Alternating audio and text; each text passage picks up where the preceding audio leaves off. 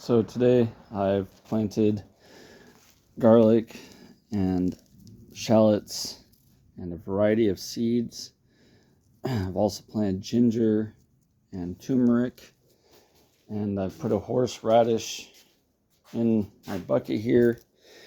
So there's ginger, garlic, more ginger. I gotta kind of cover them up from the sun. This is cocoa coir. And I've got a variety of seeds that have gone into the mix from Giant Seeds. They are not sponsoring this video, but this is definitely something that I'm working on. And I'm going to go get some more soil mix, and then I'm going to fill these little trays with soil mix, and these are all garlic. And we'll see if they sprout.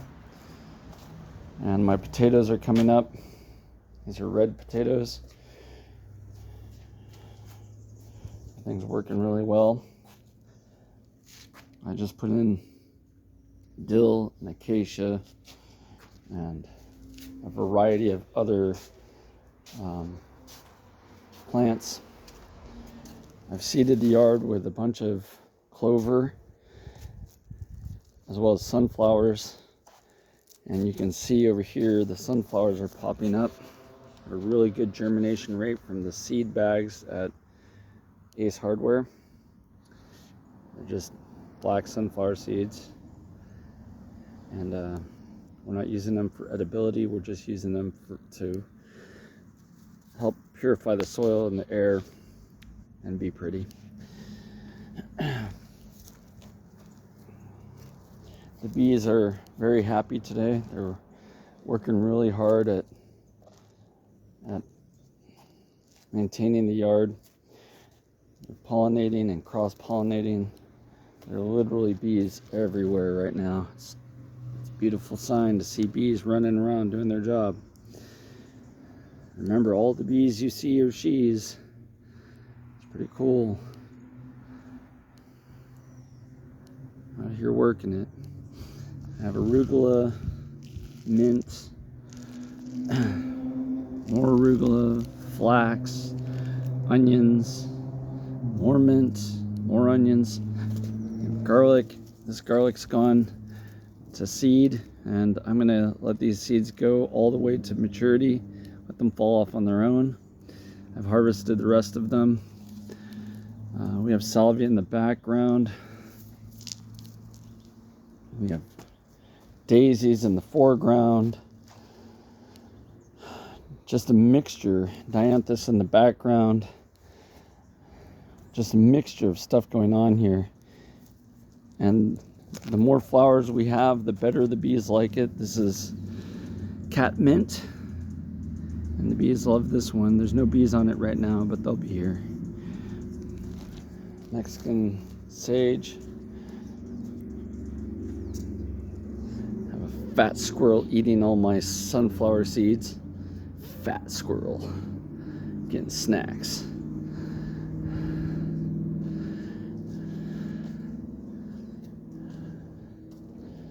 Some beautiful purple flowers. This might be columbine, not quite sure. Really pretty. My Concord grape is doing quite fine.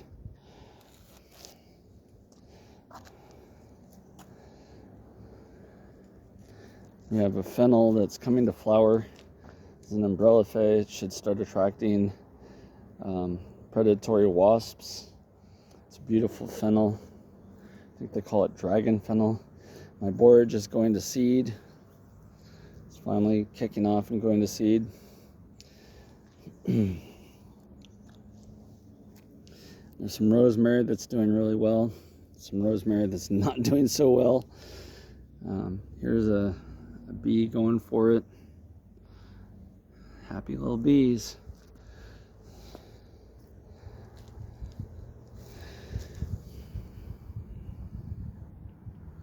This is a type of mallow. It's going to seed. Hopefully do that.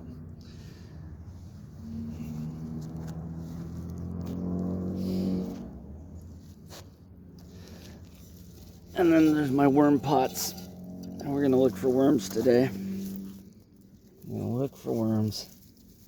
Got any worms? What's in here? What do we have? Our worm pot. Any worms? There's a worm.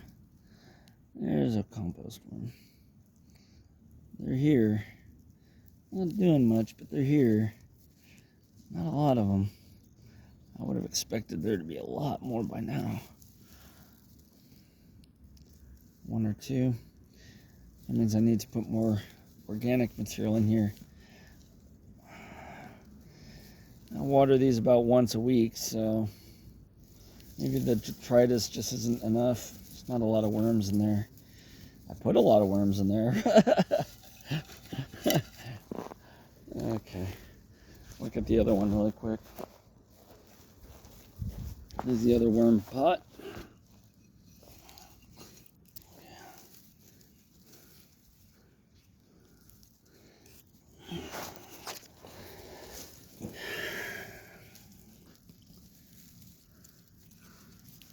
As you can see, there's not a lot of worm action in here. So this is just turning to soil. And which is fine. I need the soil too. There's a couple worms, not many. You know, this stuff goes back on the trees, so there can be for the trees. This is specifically designed so that way it will fertilize the plants around it. And here we are, just fertilizing these plants. You know, if the worms survive, the worms survive. If the worms die, then they're compost too. So there you go. That's me taking the worm castings out and the soil out, and I'll have to regenerate that with more worms. Not a lot of worm action in here.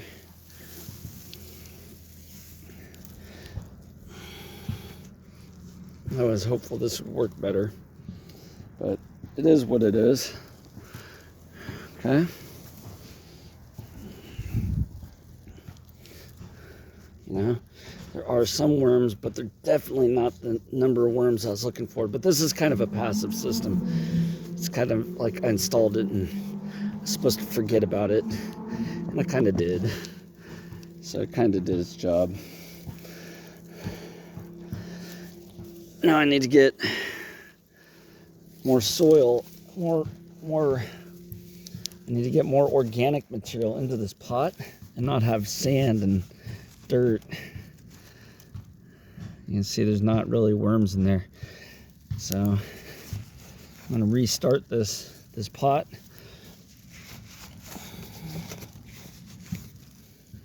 With new compost basically.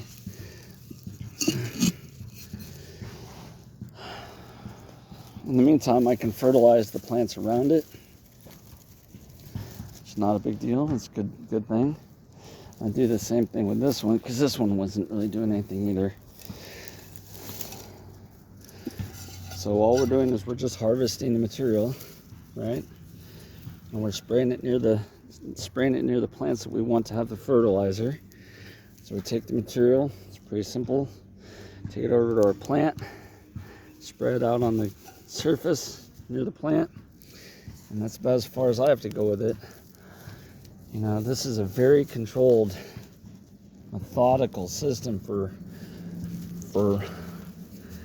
giving nutrients to plants that's soluble, and it doesn't take a lot of effort, not a lot of maintenance.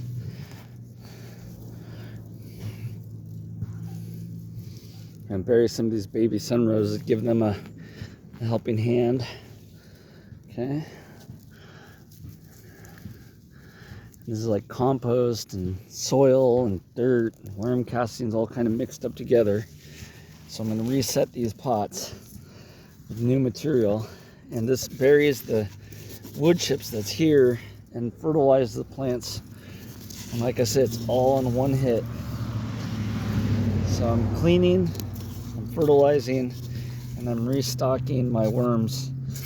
Okay, and you can see that's a pretty big pot. That's you can see that pot goes to right past my wrist. And I'm going to restock these pots with organic materials, stuff like this, you know, the weeds that I pull up. It's a good time to do all this while I'm thinking about it. So those two worms sets were my first worm sets. There weren't a lot of worms in them. Let's look at this guy. Okay. This is much newer organic material, so there might be more worms in here. It's also a slightly bigger pot. It's pretty dense. Pretty dense, like roots took over or something. Something's trying to grow in here. Something likes it. Likes the watering and stuff that I've been doing. I mean, look at that root mass. I have no idea where that root mass came from. I didn't put it there. This is definitely something enjoying this atmosphere. Look at that. That's just root mass. I didn't put the root mass there. It grew in there all on its own. Not seeing a bunch of worms. So the worm side is not working the way I wanted it to, but this organic material is great. I mean, I can just kind of stuff it places, you know, put the organic material kind of everywhere where I want more fertility, and just stuff it in there. Probably some type of grass that I stuffed in there and it just enjoyed this root area.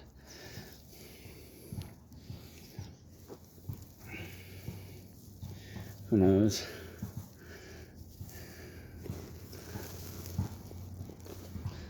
Okay, so we're going to reset this pot too. So that's 3 pots that are going to get reset right now. We're going to give the fertility to the plants. Okay.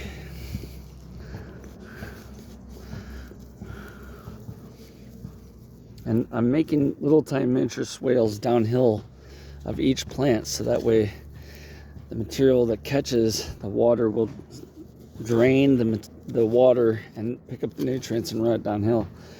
So it doesn't have to be directly on the plant, because the plant roots are what want it. But every plant downhill of it will gain the benefit of it. So if I just do everything right, man, that's a lot of root mass. I don't know where that came from, but that's whatever. Whatever. Okay, now this one's slightly taller than my wrist, slightly bigger pot.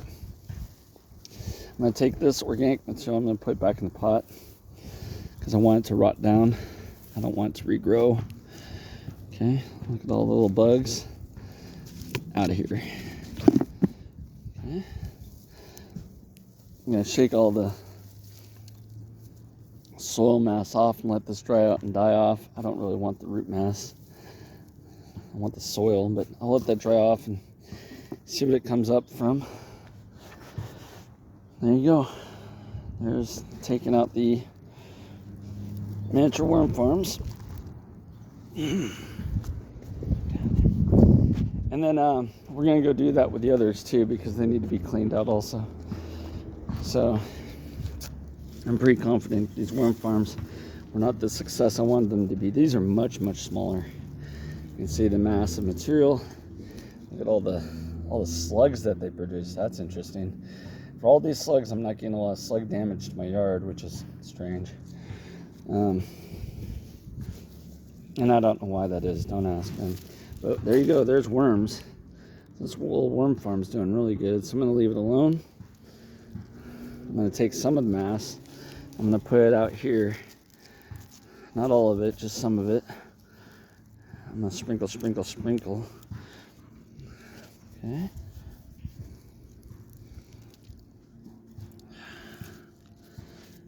Slugs can go back in. Now, if you saw this many slugs and things, you'd probably panic and freak out. But me, they're just a living organism in my yard.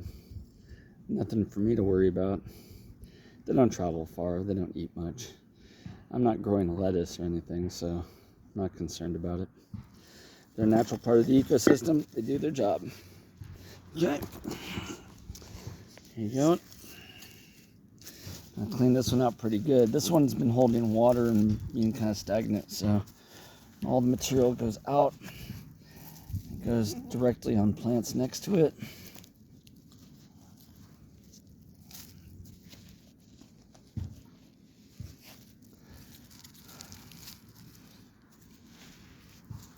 This acts like fertilizer and compost and ground cover and soil.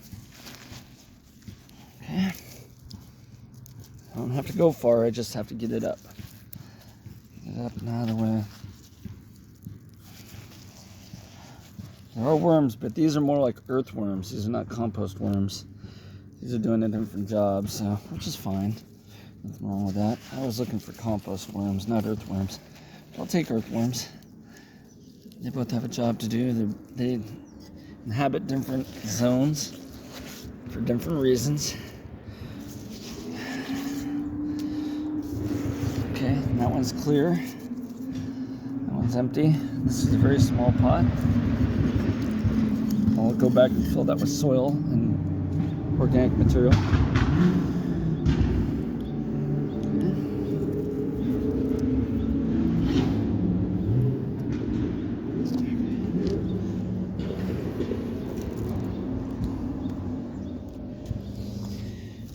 Here's my underground watering system.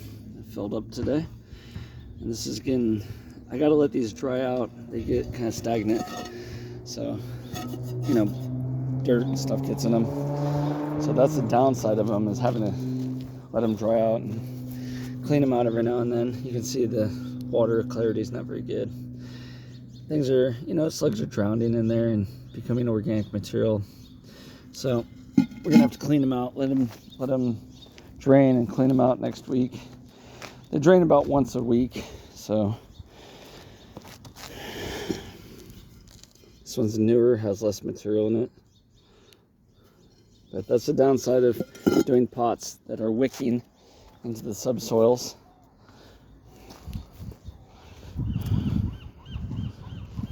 Gotta let them dry out.